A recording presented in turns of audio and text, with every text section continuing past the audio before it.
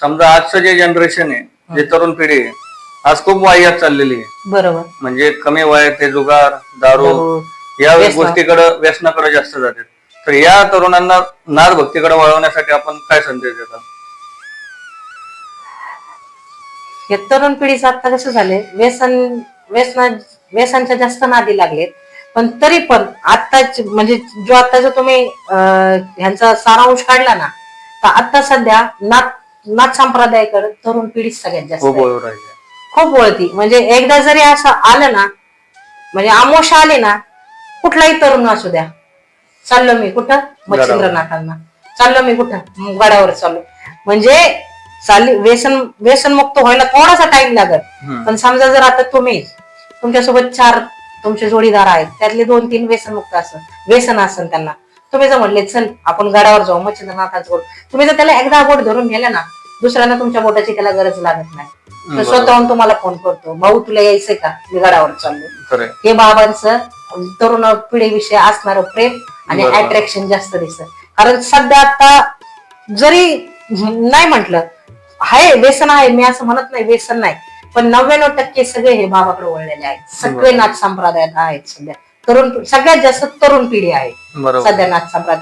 आणि जे समजा थोडेफार आहेत ना, जे असे व्यसन निधी झालेले, व्यसनाकडे वळाले, त्यांना आपल्यासारख्या लोकांची गरज आहे. आपण त्यांना जर बोट धरून फक्त नाथ महाराजांपर्यंत नेलं ना, तर बाकीचं ते आपोआप करून घ्या. आपल्याला तरुणांनी फक्त त्या गडावर रेग्युलर आणि जातात, खूप जातात, सध्या खूप जातात.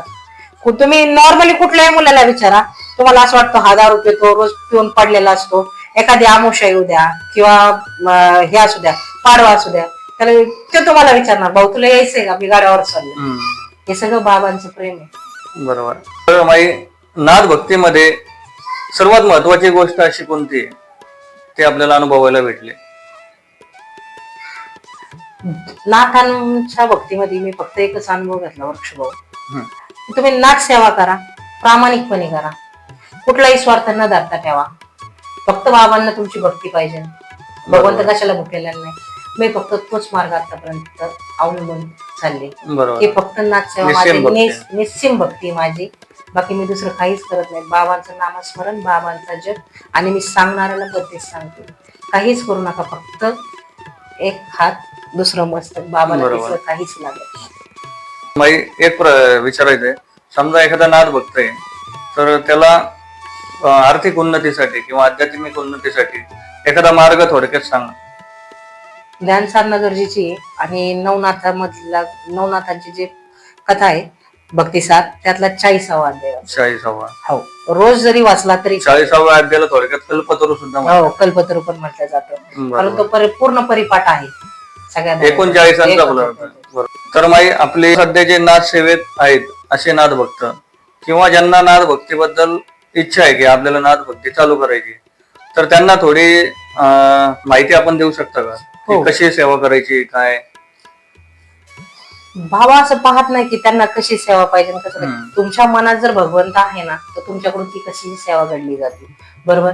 तर सेवा करताना फक्त एवढे की असं कंटिन्युअस सेवा करणं किंवा कामधंदा करून देवदेव करणं त्याला सेवा म्हणत नाही. आपल्या याच्याने जे घडते, आज समजा आज आरतीचा वेळ आहे, आज वार गुरुवार आहे, आरतीचा वेळ, माझ्या मठातले जेवढे मुलं आहेत ना, तरुण जे म्हणतात ना आपण की काय म्हणतात ते व्यसनाधीन झालेले, माझ्या मठातले पण काही मुलं तसे होते.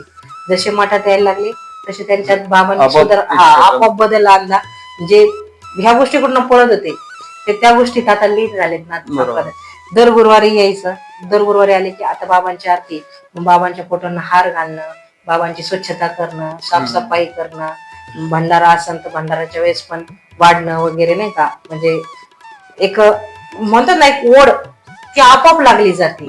ते असे बळच करण्यात किंवा नाही का, हा ठीक आहे आज आरती म्हणून आला आणि करतोय म्हणून आम्ही बाबांची सेवा करतो ना, त्याला व्हॅल्युएशन असं. सेवा करताना मनापासून करायचं, स्वखुशीने करायचं, जोर जबरदस्तीने कुठल्याही गोष्टी होत नाही. खूप छान संदेश दिला नाद भक्तांसाठी तुम्ही. तर ताई, आज तुम्ही आपल्या व्हिडिओ मध्ये आलात, चांगली नाद भक्तांना आपले अनुभव शेअर केले, त्याच्यानंतर चांगल्यातनं चांगली माहिती दिली. आपण या व्हिडिओ मध्ये आला तर आपले हार्दिक धन्यवाद. ओम नमो आदेश. श्री गुरुदेव दत्त. आदेश.